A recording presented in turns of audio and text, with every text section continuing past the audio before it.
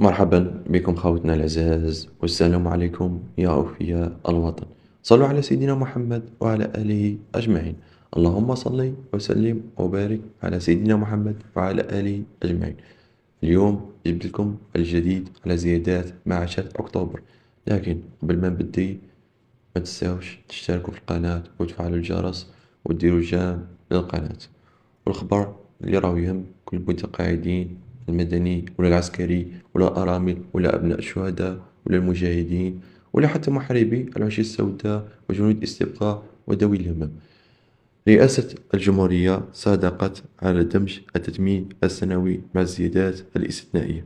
يعني هاد المرة ماشي زيادة صغيرة ولا ترقيع، هاي زيادة معتبرة محسوبة باش تخفف على المتقاعدين في ظل الغلاء المعيشي. دوك نوريكم واش قالت الحكومة في الجريدة الرسمية. انتظروا دقيقة برك باش تطلع لكم هذه الجريدة الرسمية. أما بالنسبة للتثمين السنوي، كما تعرفوا يطبق كل عام، بصح الجديد أنه ما جاوش يخليوه وحده، لا، جاو وزادولو زيادة استثنائية، يعني معاشك يزيد بزوج زيادات في نفس الوقت، ومع ذلك يجي بأثر رجعي. أما بالنسبة للنسب المئوية، الحكومة أعلنت أن الزيادات راح تتراوح بين 10 و15%، وفي بعض الحالات ممكن تزيد أكثر للفئات الضعيفة. مثلا واحد عنده معاش 30,000 دينار ممكن يولي في أكتوبر ب35,000 دينار، واللي معاشه صغير بزاف راح يشوف فرق كبير، وهذا هو العدل. أما موعد الدخول كما قلت لكم أكتوبر هو الشهر المنتظر.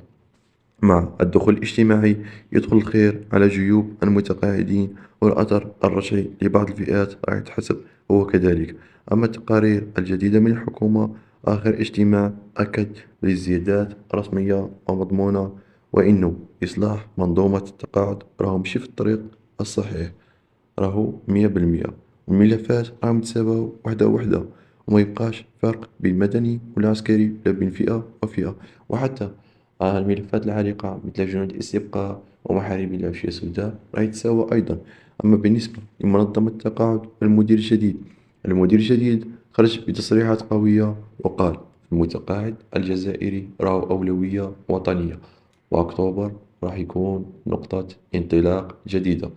وزيد أكد أن الفئات الخاصة ما ينساش حقها. الفئات الخاصة الأرامل راح تزيد منحهم وتحسن أوضاعهم. أبناء الشهداء عندهم حق محفوظ، وزيادة أكتوبر تشملهم. والمجاهدين ملفاتهم مقدسة، وحافظوا على نفس الامتيازات مع الزيادات الجديدة.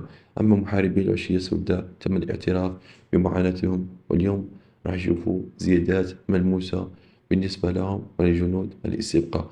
والحكومة وعدت أن كل الملفات العالقة تغلق قبل نهاية السنة، والهدف هو مساواة جميع المتقاعدين من أصغر معاش حتى أكبر معاش.